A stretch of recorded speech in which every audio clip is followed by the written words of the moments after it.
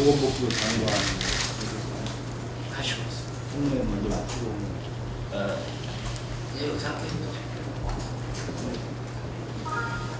간단히 말씀드리겠습니다. 어제 4시 30분경부터 해서 5시 반까지 약 1시간 정도 MBC를 항의 방문을 했습니다.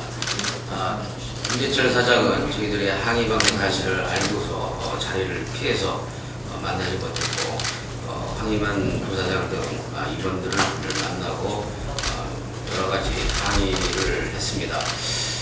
저희들이 MBC 이번 경영진을 만나서 이야기를 나눈 결과 근본적으로 여전히 우리 국민들과 그리고 MBC 가족들과 우리 언론인들께서 문제를 제기를 하고 있는 알 권리의 침해, 편성권의 침해, 심각한 언론 자유의 침해에 대한 특별한 답변을 들을 수가 없었습니다.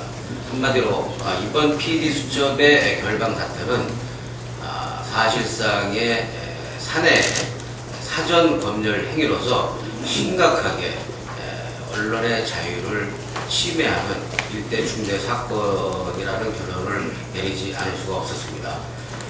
이것이 사장의 과잉 충성의 결과인지 또는 그 이상의 외압에 있는 것인지에 대해서는 보다 치밀한 조사가 필요하겠습니다만, 이와 같이 군사 독재 시절에서나 가능했을 것으로 여겨지는 사실상의 보도 지침의 부활과 같은 이와 같은 현상이 단순히 사내 차원에서 이루어지기는 어렵다라는 그런 관측을 볼 때 이것은 제3의 외압의 의혹이 있는 것이 아니냐라는 그런 문제 제기를 하지 않을 수가 없습니다.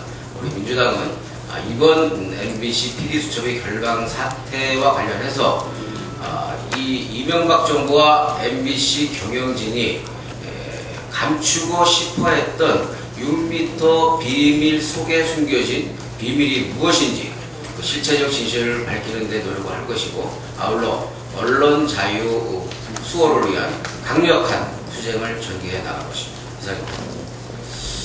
예, 마이크.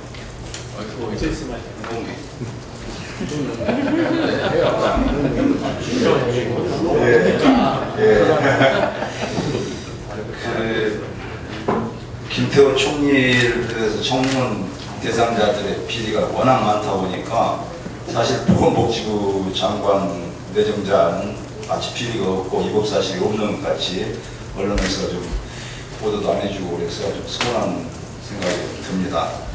몇 가지 문제점을 지적을 하겠습니다.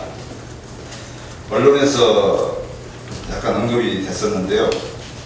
진수희 장관 내정자에 따른 대한민국 국적을 포기한 미국 시민권자입니다.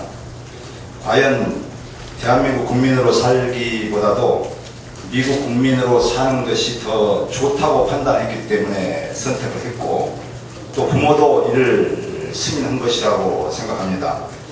과연 이러한 분이 대한민국 국민들의 보건복지를 총괄하는 장관으로 임명된다면 저는 세계적인 망신이라고 생각을 합니다.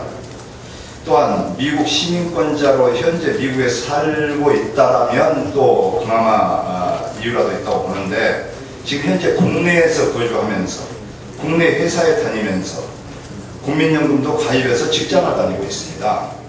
이럴 텐데 진 내정자의 장관 임명에 대해서 과연 우리 국민들의 정서가 용납할 수 있을는지 우려가 됩니다. 두 번째는 진수희 장관 내정자의 친동생, 막내동생 진양교라는 분이 CA 조경기술사무소를 차립니다. 근데 공교롭게도 2004년 17대 총선 직후에 법인으로 등록을 해서 조경회사를 만드는데, 설립한 지 1년도 안 된 이 회사가 실적도 전혀 없는 상태에서 대형 공사, 은평 뉴타운 일지구 공사의 조경업 설계업체가 됩니다. 은평이라면 잘 아시겠죠? 이재호 내정대 지역구입니다. 그리고 나서 은평 2지구, 은평 3지구에서도 설계업체를 공사를 계속 신규 업체가 맡아서 했습니다. 그 이후에도 CA 조경회사는 수주한 대부분의 설계가 서울시 공사, 또 서울시나 SH공사가 발주한 공사의 대부분을 조경업체가 맡아서 오고 있습니다. 또한 진내정대 지역구인 성동구 뚝섬역 주변 환경사업 조경 설계도 이 회사가 수주를 합니다. 오비일학이라고 진내정자가 정규에 진출하자 회사를 설립하고 실적도 없던 회사가 이렇게 초대형 공사를 계속 수주를 했습니다. 더군다나 미국 국적의 딸도 이 회사에 취업을 했습니다. 이런 문제에 대해서는 좀 더 많은 의혹을 가지고 지금 자료 요구를 해놓은 상태에서 전혀 자료에 대한 제출을 하지 않고 있습니다. 제가 본의원실에서 진수희 내정자의 납세 정보를 파악해 보고자 관할 세무서 성동 세무서에 전화를 했어요. 그랬더니 담당 세무서 직원이 말하기를 정보 접근이 차단되어 가지고 진수희 내정자에 대한 세무 정보를 조회할 수 없다. 국세청 권청에서 원천적으로 차단한 것으로 판단된다. 라는 답변을 받았습니다. 그래서 국세청 기획재정관실에 확인을 했습니다. 그랬더니 뭐라고 하냐면 작년에 천성관 검찰총장 인사청문회 때 관세청 실무자의 자료 유출이 문제가 됐기 때문에 국세청에서는 그 이후부터 아예 일선 세무자가 청문 대상자들에 대한 정보에 대해서 접근하는 자체를 차단시켰다 이렇게 답변을 했습니다. 즉 평상시에는 일선 실무자들이 타당한 조회 사유만 있으면 아무 때나 접근을 할 수 있던 자료를 청문 대상자와 관련해서는 본청의 허락을 받아야만 접근할 수 있도록 만든 겁니다. 국세청에서는 기획실에서 자체적으로 결정한 것이다 라고 하는데 이것은 누가 봐도 일선에서 지시를 했다고 밖에 볼 수 없습니다. 엄격한 도덕성을 추적해야 되고 또 위법 여부를 따져야 할 청문 대상자들이기 때문에 국민 누구라도 정보가 있으면 국회에 제보할 수 있도록 하는 것이 타당하다고 보는데 이 정부는 오히려 거꾸로 정보 접근을 원천적으로 차단하고 국회의원이라도 단일한 청구만을 이용해서 공식적으로 자료 요구를 한 것만을 이용해서 청문회를 준비하라고 하면서 인사청문회를 무력화하고 있다라고 지적하지 않을 수 없습니다. 언제 어디서 어떤 비리가 불고 나올지 몰라 이건 원천적으로 차단한 것이다 이렇게 봅니다. 즉각 정보 접근에 대한 차단을 원상 회복할 것을 촉구합니다. 이상입니다. 이외에도 많습니다. 그래서 일단 예고편은 여기서 끝마치고 내일부터 지경이 한노이 청문회 철저히 23, 24, 25, 26까지 우리 민주당은 최대로 노력하겠습니다.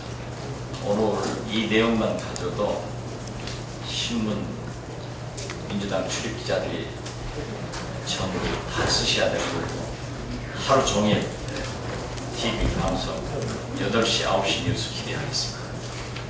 잘 부탁드립니다. 예.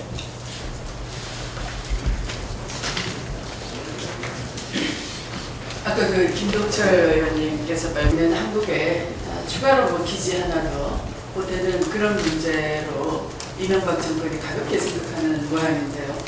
정말 그건 굉장히 위험한 일입니다. 사실은 이 용산 기지를 평택으로 이전하게 되면서 가장 큰 문제가 뭐냐 하면 정보가 전혀 공유되고 있지 않다는 문제입니다. 향후의 전쟁은 정보전입니다.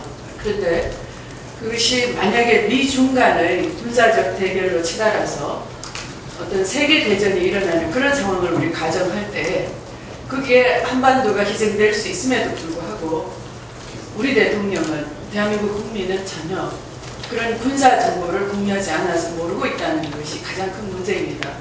그러니까 대한민국을 화약고로 만들면서 우리가 우리 운명을 스스로 알 수 없게 되면 족쇄가 된다는 것에 정말 큰 문제가 있는 것인데 거기에 호텐마 기지를 강력하게 반대하는 일본도 그걸 우려하기 때문에 그런 건데요.